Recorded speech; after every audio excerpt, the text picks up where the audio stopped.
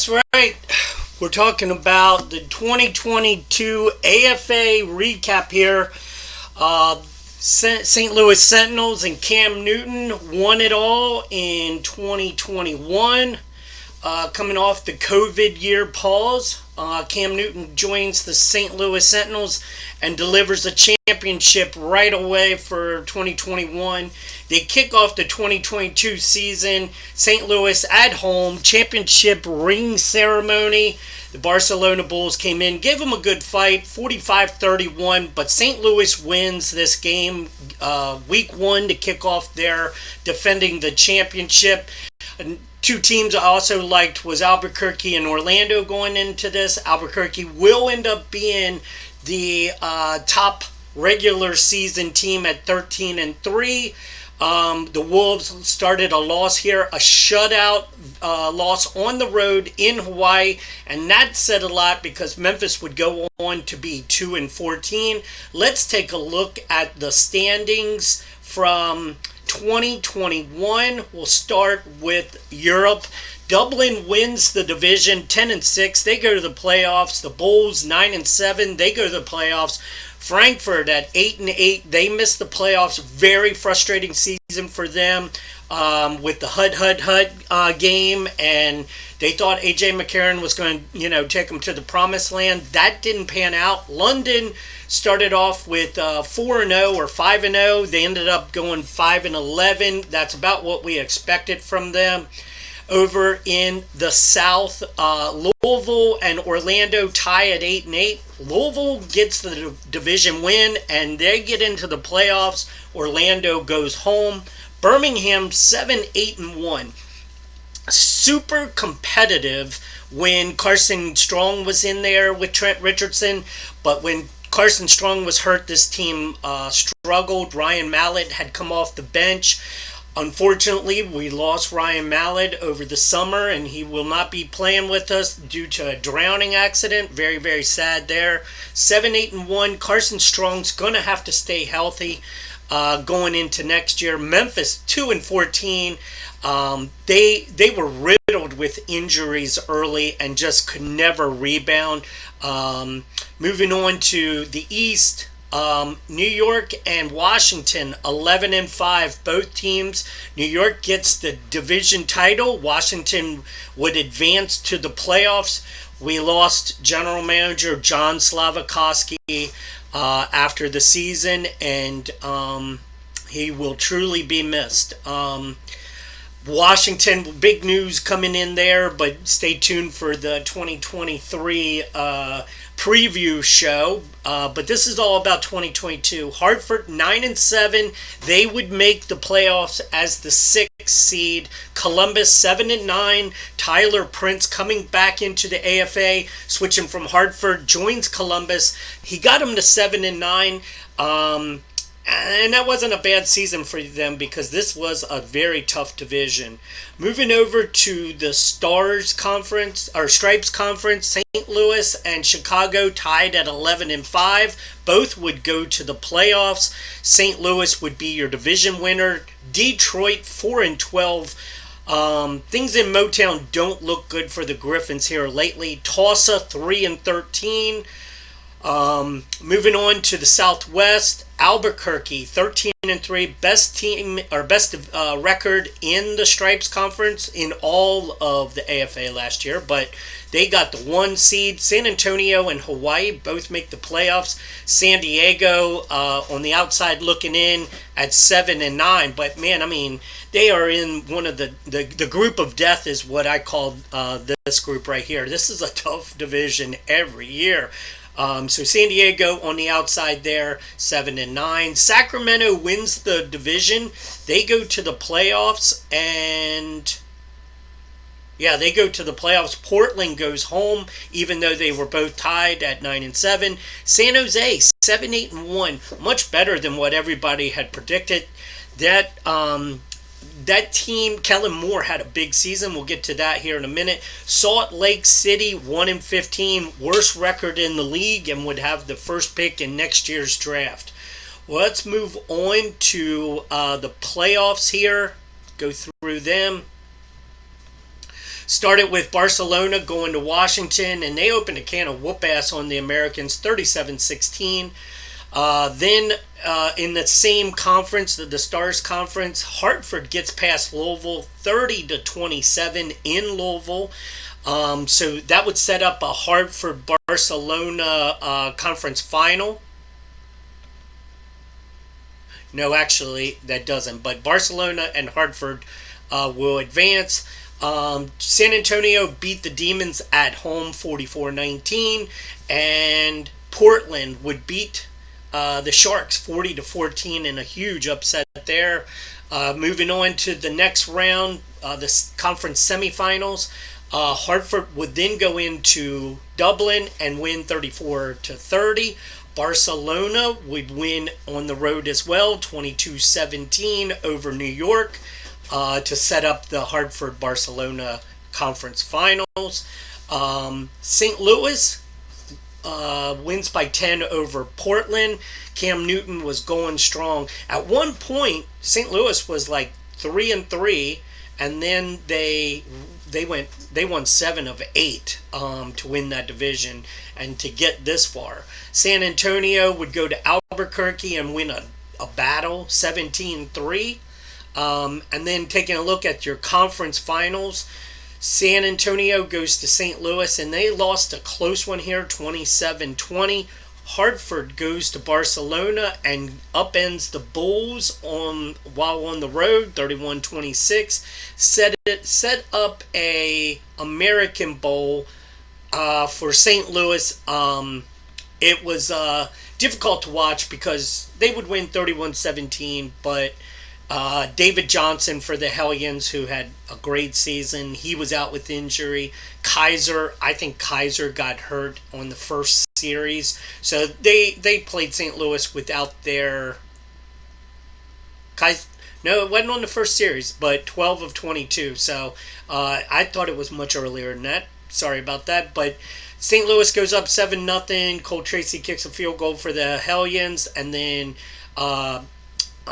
Jonathan Johnson, his second 50-plus yard touchdown pass from Cam Newton is 14-3. Then Cam Newton throws his third touchdown pass, this time to Bruce Ellington. Jonathan Adams Jr. catches a 2-yard pass from Brandon Silvers, who was filling in for the injured Deshaun Kaiser. Now remember, Hartford had traded with St. Louis to get Deshaun Kaiser, and then here he is unavailable for this game. So 21-3, or for much of the game, 21-3 at halftime. Hartford comes back, and it's 21-17 through 3. But when they got to the fourth, Tony Jefferson had that 17-yard pick six. That was a big play for the former Sooner to make it 21-17. Dustin Hopkins kicked a 52-yarder. And then Yusuf Corker, the rookie, with a 49-yard pick six, gave it a 31-17, and it was over at that point. Cam Newton was your MVP, 3 touchdowns. He did throw that pick six, 21-38, 348 yards. Brandon Knox tried to fill in for David Johnson, 25 carries, 80 yards. He fumbled away one. Lamar Miller, it wasn't really Lamar Miller time, 18 for 71. It was Cam Newton time. So Cam gets his second championship. 2 seasons, 2 championships. It doesn't get much better than that for Cam Newton, and congratulations to him. He's going to go for the three-peat. He actually guaranteed it to everybody. Let's take a look at your league leaders. Matt Barkley, 107.1. Brandon Whedon, 103.3. Only 18 touchdowns for Brandon Whedon. Cooper Rush had that unbelievable run. Once Josh Rosen got hurt in week 5, 6, something like that, Cooper Rush came in. I think they went like 9-2 down the stretch or something crazy.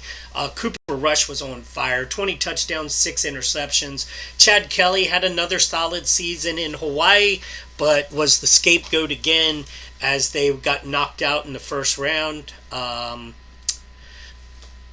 RG3, decent, good season. 30 touchdowns, picked off 13 times, 3,400 yards. He would be second team All AFA. Let's look at the yards here.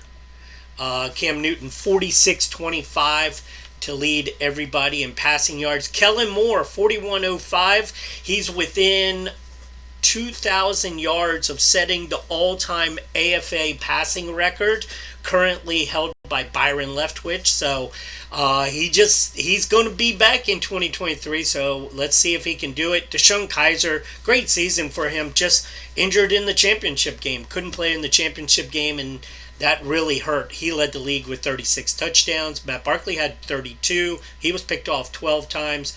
Look at Brandon Wheaton, picked off only 6. Ryan Lindley picked off 6. Cooper Rush only picked off 6 as well. The leader, look, A.J. McCarron, 19. 19 interceptions for him. And Cam Newton had 18, but I guess you can forgive him a whole lot more.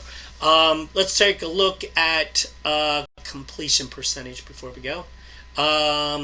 Matt Barkley, 60%. Brandon Wheaton, 60%. That's tough in this league, right?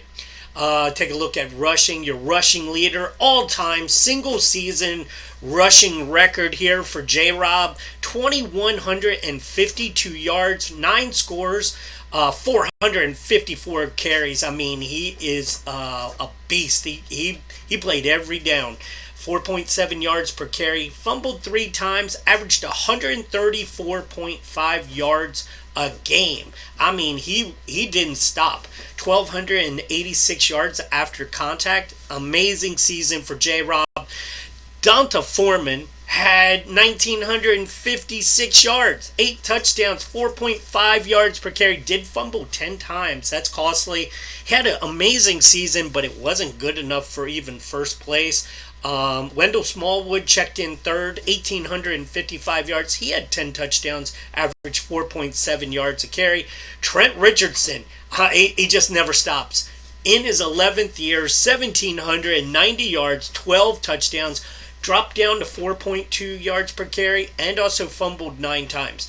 Trent's still on the tire, but we'll see how that looks in 2023. Age is going to have to catch up with him sooner or later. He leads the league with 12 touchdowns. What a great season for him. Again, he was in his that was his 11th year. Lamar Miller, it was Miller time 11 times last year. Wayne Gallman for the Bulls, he had Miller time 11 times also. And then Abram Smith, the rookie, would-be rookie of the year, he had 11 touchdowns. Average yards per carry. Niall Davis for the Frenzy, 4.9 yards. He led the league with that. Yards after contact, of course, J-Rob, 1,286. Fumbles, who had the most? It was Foreman with 10. Richardson had 9, so, not very pretty. Receiving, of course, Tristan Jackson, 123 yards. And that put him 22 catches ahead, 123 receptions, I think I said yards. 22 ahead of second place Bruce Ellington. The Cheese Man, John Ross, had 97. And Justin Hunter had 93 also for San Diego. Tristan Jackson going into his contract season, 1,760 yards. Couldn't get the Triple Crown. Only had 13 touchdowns. Cheeseman John Ross, I believe, led the league there. Yep, 17. Jester Weah with 15. Kenny Stills had 15. He's an old hard knocker, isn't he? But back to Tristan Jackson, 14.3 yards per carry. 13 drops. That's a little high. John Ross, he had 1,653 yards for second place. Bruce Ellington, 1,605 yards for third place. I went back and looked. His college career, he didn't have 1,605 yards, and his pro career prior to the AFA, he didn't have a total of 1,600 yards either. So he's getting it done in the AFA, and of course he's Cam Newton's biggest fan right now. Chris Conley, 1,442 yards for him. First year in Columbus for the Explorers. Moritz Bellinger finishes 5th with 1,366 yards. Average yards per catch goes to Josh Gordon, 17.7 yards. Kenny Still, 17.5. Will Fuller for the Griffins, 17.1. John Ross with a 17-yard per catch. Josh Gordon only had 5 touchdowns last year playing for Dublin. John Ross, 17. We already talked about that. Drops, who had the most? 16. Chad Williams. Maybe that's why comments went 1 and 15, huh? Jawan Jennings, 15 drops, only 73 catches this past year, kind of dropped off a little bit. Bowinger had 14 drops, maybe that hurt McCarron. 14 drops for Ridley. So right there's 30 drops. That didn't help Greg McElroy at all in Salt Lake City. But he has since retired and moved on from that 1 and 15 record from 2022. Luke Jokel, 97 pancakes. Lael Collins, I think this is the first time in Lael Collins' career he didn't lead the league in pancakes. He also gave up 2 sacks. He must have had dirt in his eye because that doesn't make sense. Luke Jokel only allowed 3 sacks. And Eric Flowers, his first year in Hawaii, only allowed 1 sack. Very, very big year for him. No sacks. Blake Jarwin, the tight end, with 54 pancakes. That led to a lot of chances. Trying to get some offensive. Dan Vitale, no sacks. Xavier Suafilo, no sacks allowed. But the one who allowed the most, Cyrus Tutale for Orlando Gales. He allowed 13. And Matt Skura for the Gales as well allowed 12. When you get the scrambling quarterback, I think sometimes the statisticians get generous with sacks, but and there's another one with 11. So Orlando struggled with the offensive line, and we'll see if they can turn that around. Moving on to defense. Deron Lee stayed healthy all year, led the league with 144 tackles. Michael Kendricks, 123 tackles, 29 tackles for loss to lead the league in that category. And he also had 6 interceptions. He would be your defensive player of the year. J-Rob on the other side, of course, was the offensive player of the year. 19 tackles for loss for Kendrell Brothers. 19 for A.J. Johnson in London. Aaron Curry had 19 in his farewell season. He has since retired. Max Richardson had 17. Andre Mintz for Tulsa continues to put up big numbers. 67 tackles, 16 TFLs, 3 sacks. So good for him. Muhammad Wilkerson in Hartford with 10 sacks, 16 TFLs. He paired really well with Michael Kendricks. If Kaiser doesn't get hurt and David Johnson doesn't get hurt, that Hartford team could have given St. Louis a run for their money last year in that championship game. Just saying. I wanted to look at interceptions. Sacks first. It was Sean Oakman. He had 13. Dayton Jones, 10. And that would be his final season. He has since retired. Muhammad Wilkerson had 10. John Atkins had 10. Martin Ifedi with 10. Every year he does it. I don't know how he does it, but he does it. Okafor with 10. Taco Charlton had 9 for the Boars. Interception leader, Kevin King. He'd be your runner-up defensive player of the year with 9 interceptions, 1 sack, and 4 tackles for loss. 73 total tackles. He had a great year. Allowed 52 catches. 9 interceptions. Tied him with Bryce Thompson from Orlando. 7 for Brandon Facion. And A.J. Green, going into his final year of his rookie deal, he had 7 interceptions. Your catch allowed, Jeremy Clark, 72. He plays prevent on every down. Clifton Duck, 64 catches. Levi Wallace allowed 60 catches for Louisville. He's always getting the most traffic playing opposite A.J. Green. Somebody's got to allow those catches. 46 pass deflections. Brandon Facion getting his hands on all kinds of balls there. Blaze Brown, 36 for Dublin. DeAndre Baker had 33. Kenny King got his hands on 33.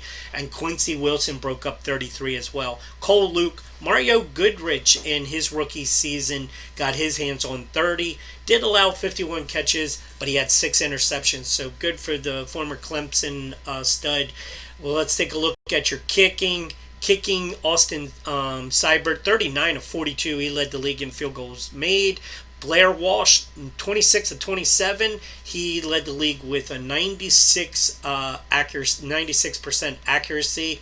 And I think that field goal he missed was beyond 50 yards. There it is. So Roberto Aguayo had a good year. He was 8 for 10 from beyond 50 and led the league with 8 50-plus yard field goals. The one who I thought struggled or didn't live up to his end was Rodrigo. 26 of 28 coming off that perfect season 2 years ago. Did have a game winner. 3 game winners for John Barron. Key here with John Barron was he was run out of Dublin for a miserable season in 2021. They go out and they sign Louisville's kicker, Quinn Sharp, who Quinn is one of the better kickers in the league, one of the top 5-6 kickers in the league, right? John Barron then goes to Louisville, so it was almost like a trade, but John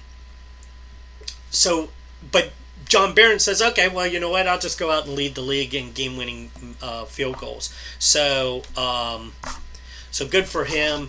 Punting, was there? I thought there was a crazy. Marquette King, 45.2. Kyle Loomis was right there at 45.1. He had the most yards.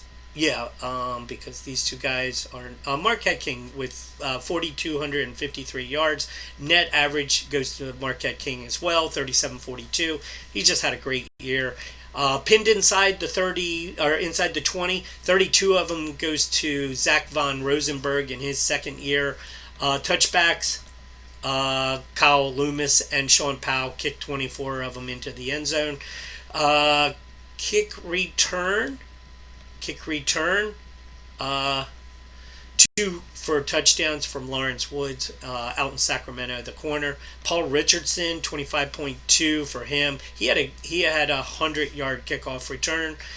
Your leader in average, of course, was Paul Richardson Jr. with 25.2. Akeem Hunt for Hartford also matched him at 25.2 and had a 101 kick return. Him and Lawrence Woods each with 101. So congratulations to him. Punt return goes to Lamar Jackson, 5.5 on 28 returns, a long of 19. Greg Dortch, 5.4. Interestingly enough, Lamar Jackson just got paid, so I doubt his days of returning kickoffs or punts is coming back anytime soon. So your 2022 Offensive Player of the Year, James Robinson out of Chicago. 2022 Defensive Player of the Year, Michael Kendricks out of Sacramento and Hartford. Your 2022 Rookie of the Year, Abram Smith of Dublin. Mark Graves sews up another General Manager of the Year. I believe that's back-to-back after going 13-3. Comeback Player of the Year, Cooper Rush. He comes off the bench when Josh Rosen gets hurt and never looks back. Brandon Whedon is your Shelby Grove Award winner. Great season cut short by injury for the Portland Barons. Your MVP of the 2022 American Bowl goes to Cam Newton, and your 2022 AFA champions are the St. Louis Sentinels once again. Cam Newton is your first team quarterback. Guys I hadn't mentioned, Bronson Reichsteiner of Albuquerque is your first team fullback. Tristan Jackson and John Ross are your wide receivers. Kyle Markway for the Frenzy is your tight end. Barrett Jones from Louisville is your center. Sean Luvalo from Birmingham is your one guard.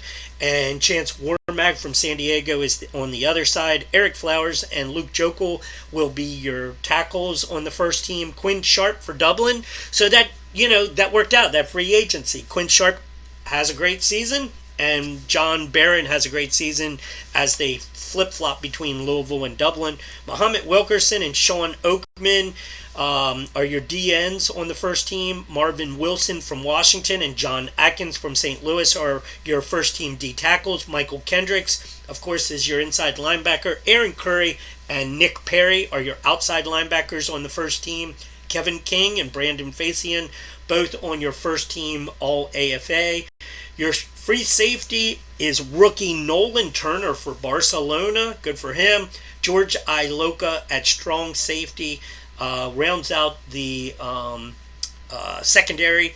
And Marquette King from Frankfurt is your punter of the year. Matt Barkley would be second team quarterback. Jester Weah would be a second team wide receiver, as would Kenny Stills. Ross Piersbacher for Detroit is your second team center. London got Tommy Kramer and Jonathan Hankins and Shamarko Thomas on second team.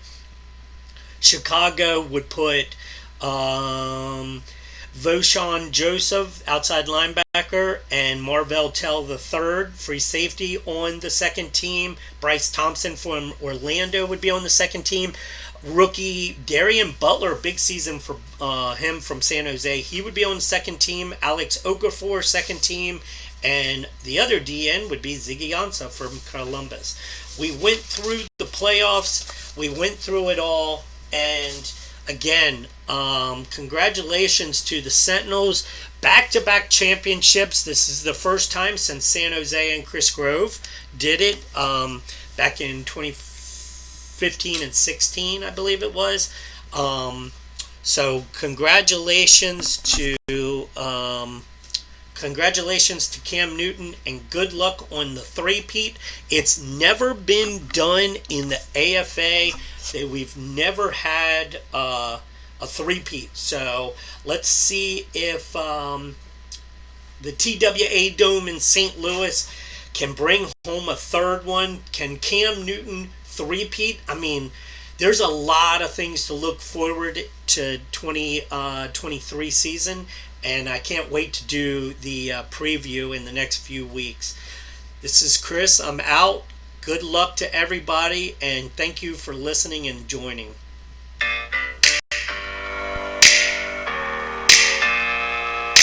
Open up the champagne, pop. My house, come on, turn it up. Hear a knock on the door and the night begins. The knock on the door is going to be Cam Newton and the American Bowl trophy, I believe. Let's see how it plays out.